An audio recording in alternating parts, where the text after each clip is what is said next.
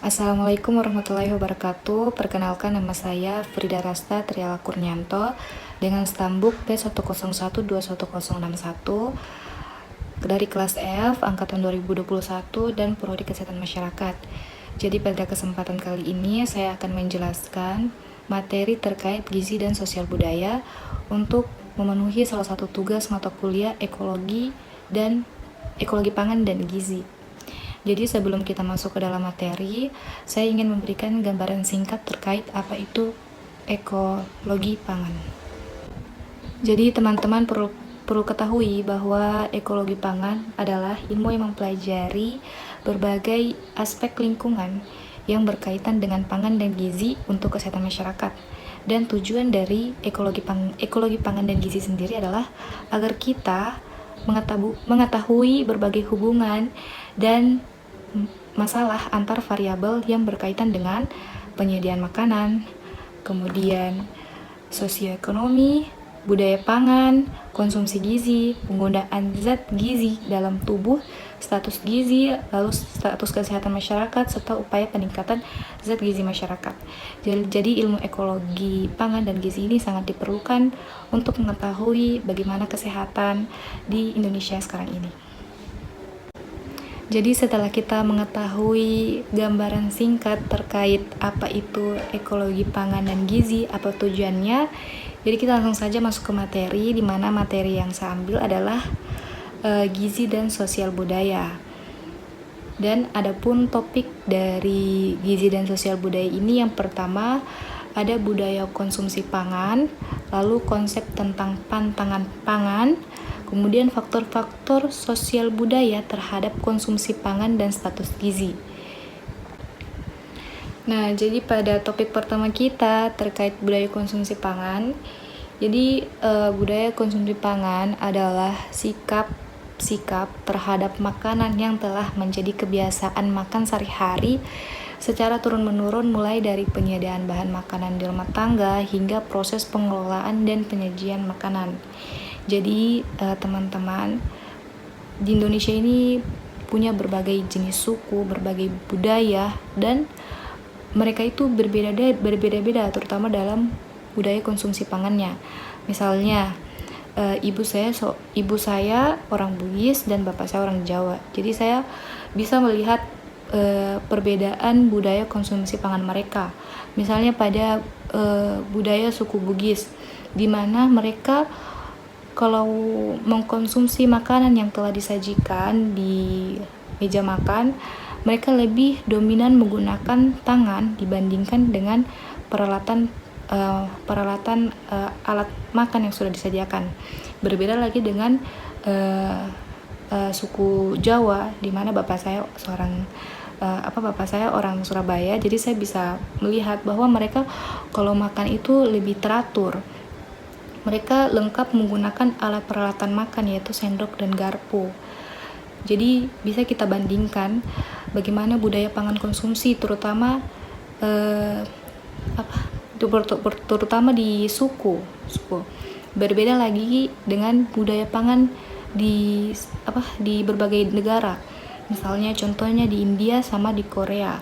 Nah, kan kalau di India itu mereka lebih bisa kita lihat ya, mereka tidak begitu higienis.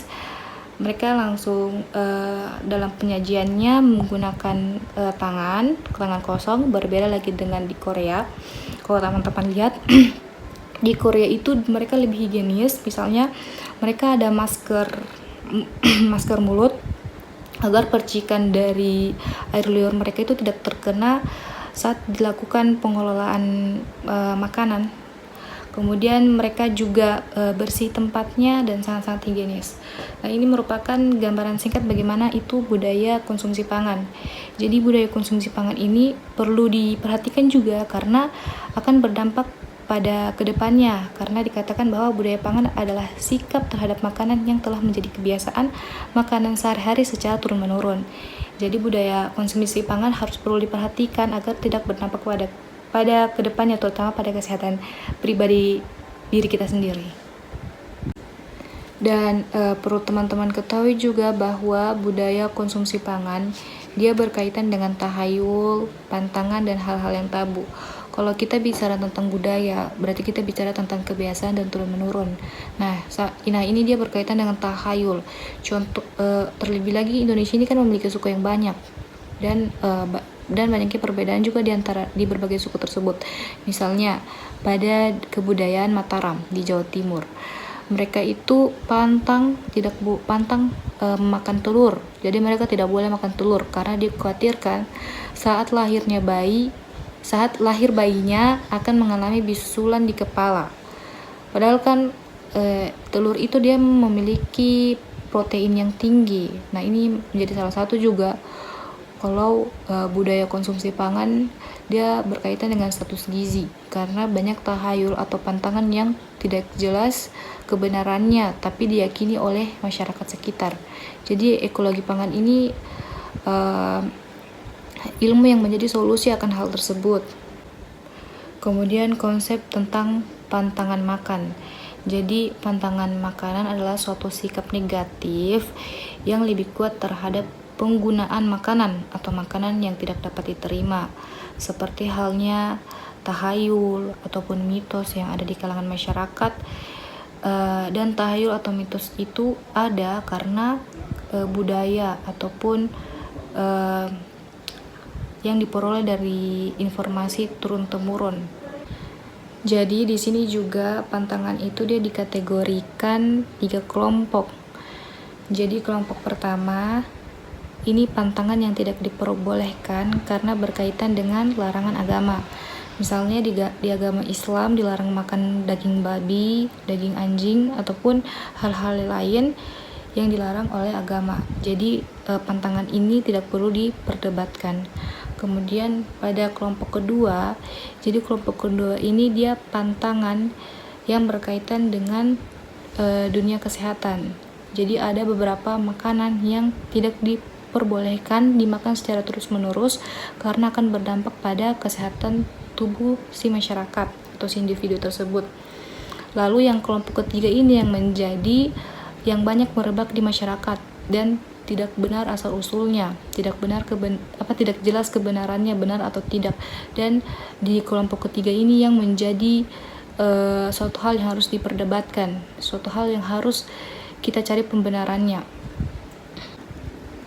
Misalnya beberapa tahayul yang sudah beredar di kalangan masyarakat, bahkan di beberapa daerah, misal pada daun kelor, di mana suku Jawa itu mereka pantang akan makan daun kelor, padahal kan seperti kita ketahui bahwa daun kelor itu memiliki kekayaan manfaat yang begitu banyak dan kandungan zat-zat gizi di dalam kelor tersebut sangat dibutuhkan untuk kesehatan individu setiap orang.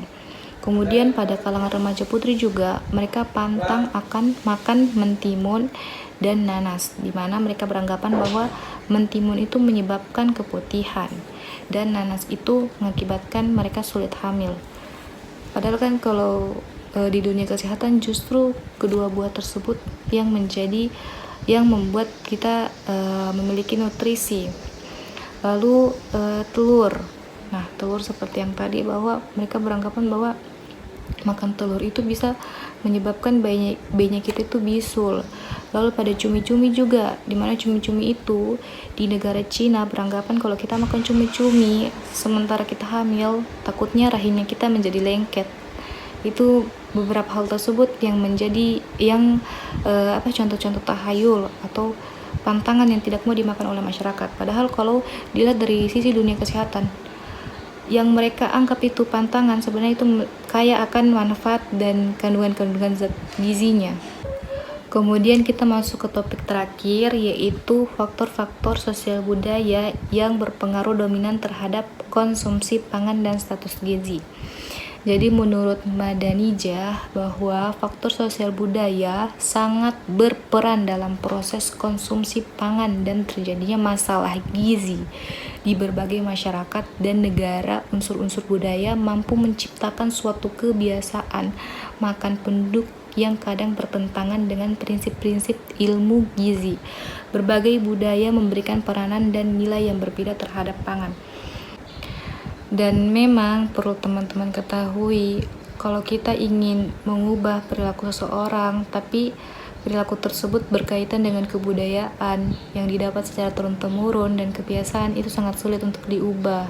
Sama halnya dengan tahayul, hal-hal yang tabu dan pantangan ini, jika dia bersumber dari budaya, maka peranan tenaga ahli gizi maupun peranan tenaga ahli kesehatan harus benar-benar lebih optimal, memberikan sosialisasi dan edukasi secara berkesinambungan agar pola pikir masyarakat terkait informasi yang didapat kebudayaan secara turun-temurun menjadi lebih terbuka dan lebih ke jalan yang benar. Kemudian, adapun faktor-faktor yang berpengaruh terhadap kondisi pangan di masyarakat, itu ada 3 faktor, yaitu faktor sosial, faktor budaya, dan faktor ekonomi. Untuk faktor sosial sendiri, dia ada 3 yang mempengaruhi. Yang pertama ada ukuran keluarga, ada tingkatan pendidikan kepala keluarga, dan ada pengetahuan gizi ibu. Jadi pada ukuran keluarga, semakin besar ukuran keluarga atau semakin banyak anggota di dalam keluarga, maka semakin sedikit pangan yang tersedia yang dapat didistribusikan pada anggota-anggota keluarga. Kemudian pada tingkat pendidikan kepala keluarga, jadi kan yang mengambil keputusan adalah kepala keluarga. Jadi kalau misalnya tingkat pendidikan kepala keluarga ini atau wawasannya kurang dalam memilih bahan-bahan makanan, maka akan berdampak juga pada anggota-anggota keluarganya, seperti anak-anak yang seharusnya dapat memenuhi pangan-pangan yang memiliki kandungan gizi yang tinggi, karena terkendala akan wawasan dari kepala keluarga, maka asupan nutrisi tersebut tidak dapat terpenuhi karena kurangnya pengetahuan dari kepala keluarga tersebut dalam mengambil keputusan. Kemudian ada pengetahuan gizi ibu. Kemudian pengetahuan gizi ibu. Pertimbangan dalam memilih menu tidak terlepas dari tingkat pengetahuan gizi, terutama ibu sebagai pengambil keputusan dalam menentukan menu makanan keluarga. Jadi kan seorang ibu itu di dalam keluarga bertugas menyajikan makanan, mengelola makanan, memilih bahan makanan dan menu-menu makanan. Jadi kalau misalnya ibu ini kurang akan wawasannya terkait gizi, maka akan berdampak juga pada anak-anaknya untuk kedepannya, karena kalau gizi yang kurang dan gizi yang buruk kita dapatkan, maka akan berakibat juga stunting pada anak-anak. Kemudian yang kedua ada faktor budaya. Jadi yang mempengaruhi faktor budaya, yang pertama ada kebiasaan makan, ada preferensi terhadap bahan pangan, dan ada pantangan makan. Jadi pada poin pertama kebiasaan pangan. Jadi memang kebiasaan makan dia berpengaruh dengan faktor budaya juga. Misalnya budaya di keluarganya kita, mereka itu kalau makan, misalnya mereka lebih suka makanan yang junk food dibanding dengan makanan-makanan yang sayur mayur. Kemudian pola makannya mereka yang tidak teratur. Nah, pola makan yang tidak teratur, misalnya makan pagi, makan siang, makan malam, makan subuh, makan terus, itu kan akan mengakibatkan menjadi obesitas. Itu juga termasuk kebiasaan. Jadi kebiasaan makan ini dia kebiasaan makan sehari-hari, dia mempengaruhi perilaku konsumsi pangan. Lalu ada preferensi terhadap bahan pangan. Jadi preferensi atas pangan adalah tingkat menyukai atau tidak menyukai atas pangan tersebut. Sikap terhadap pangan, terutama kesukaan, mempengaruhi konsumsi pangan. Jadi preferensi terhadap bahan pangan ini dia cenderung seseorang itu suka memilih-milih makanan. Itu kan biasa menjadi kendala juga apabila seorang anak yang dari kecil si kedua orang tuanya ini menuruti kesukaan makanannya. Misalnya dia suka makan makanan jajan di luar. Itu kan kalau dari kecil kita mau turuti kebiasaannya, maka kebiasaannya itu akan terus akan terus berjalan sampai dia dewasa, sampai dia beranjak dewasa, karena kebiasaan itu terlahir dari dia kecil.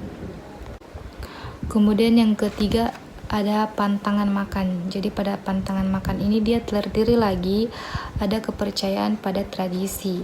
Jadi lingkungan budaya yang berkaitan dengan pantangan makan biasanya meliputi nilai-nilai rohani dan kewajiban-kewajiban sosial. Nah, biasa kan ada kan di budaya, apalagi yang nilai-nilai kehidupan rohani, biasanya itu dia ada beberapa pantangan yang telah diatur. Kemudian yang ketiga, faktor selanjutnya adalah faktor ekonomi. Yang pertama ada pendapatan. Jadi apabila di suatu keluarga memiliki pendapatan yang kecil, maka sulit juga untuk membeli bahan-bahan yang memiliki kualitas gizi yang tinggi. Lalu pendapatan merupakan faktor yang paling menentukan kualitas dan kuantitas makanan. Kemudian pada pengeluaran untuk pangan. Jadi hubungan pengeluaran dengan konsumsi zat gizi makro tidak saja terjadi antar kelompok penduduk, tetapi juga terjadi di dalam kelompok yang sama yang mengalami fluktuasi pendapatan. Nah, ini hasil penelitian di Jawa Barat menunjukkan bahwa pola alokasi pengeluaran untuk konsumsi makanan bervariasi tergantung dari jumlah anggota keluarga, periode pencacahan, dan potensi desa. Baik, sekian dari penjelasan materi terkait gizi dan sosial budaya. Mohon maaf jika dalam membawakan materi ataupun menjelaskan materi ada beberapa hal yang tidak dipahami ataupun ada beberapa hal kesalahan yang tidak sengaja saya lakukan. Sekian dan terima kasih. Wassalamualaikum warahmatullahi wabarakatuh.